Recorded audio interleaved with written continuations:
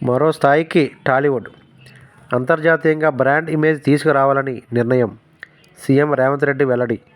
IT, ఫార్మాతో పాటు చిత్ర పరిశ్రమ కూడా మాకు ముఖ్యమే. త్వరలో హైదరాబాద్లో అంతర్జాతీయ సినీ సదస్సు. చిత్ర పరిశ్రమ సమస్యలపై మంత్రివర్గ ఉపసంఘం. శాంతి భద్రతకు ఎలాంటి విఘాతం కలిగినా సహించం. తెలుగు సినీ ప్రముఖులతో ముఖ్యమంత్రి భేటీ.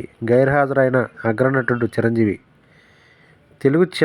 తెలుగు చలనచిత్ర పరిశ్రమను మరో స్థాయికి తీసుకెళ్లి అంతర్జాతీయంగా ఒక బ్రాండ్ ఇమేజ్ తీసుకురావాలని ప్రభుత్వం నిర్ణయించినట్లు ముఖ్యమంత్రి రేవంత్ రెడ్డి తెలిపారు. ఐటీ, ఫార్మాతో పాటు చిత్ర పరిశ్రమ కూడా తమకు ముఖ్యమేనన్నారు. విశ్వనగరాల్లో హైదరాబాద్ అత్యుత్తమైందని, హాలీవుడ్, బాలీవుడ్లో హైదరాబాద్కు తరలివచ్చేలా చర్యలు తీసుకుంటున్నామని చెప్పారు.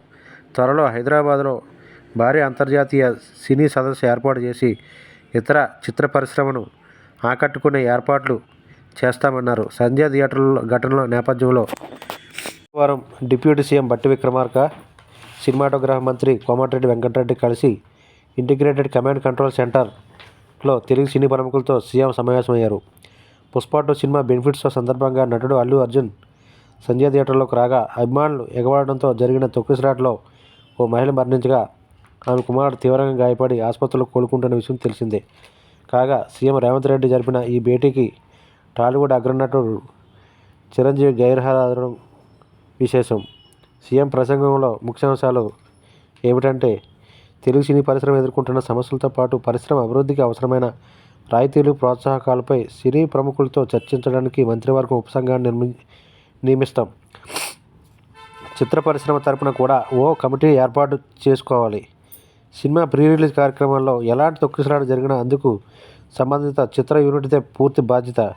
శాంతి భద్రతలకు ఎలాంటి విఘాతం కలిగించినా సహించేది లేదు.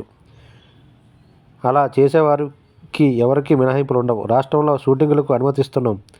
తెలంగాణలో ప్రకృతి, ధార్మికత, పర్యాటకాన్ని బాలీవుడ్, టాలీవుడ్ ప్రోత్సహించాలి. ప్రభుత్వం సినీ పరిశ్రమ మధ్య అనుసంధానకర్తగా ఉండేందుకు దిల్ రాజును ఎఫ్డీసీ చైర్మన్గా నియమించాం అని ముఖ్యమంత్రి చెప్పారు. నాకు వ్యక్తిగతంగా ఇష్టాలు లేవు. సీఎంగా చట్టాన్ని అమలు చేయాల్సిన బాధ్యత నాపై ఉంది. సినీ పరిశ్రమ కూడా బాధ్యతాయుతంగా మెలగాలి. అల్లు అర్జున్పై నాకెందుకు కోపం ఉంటుంది? బండి నాకు చిన్నప్పటి నుంచి తెలుసు.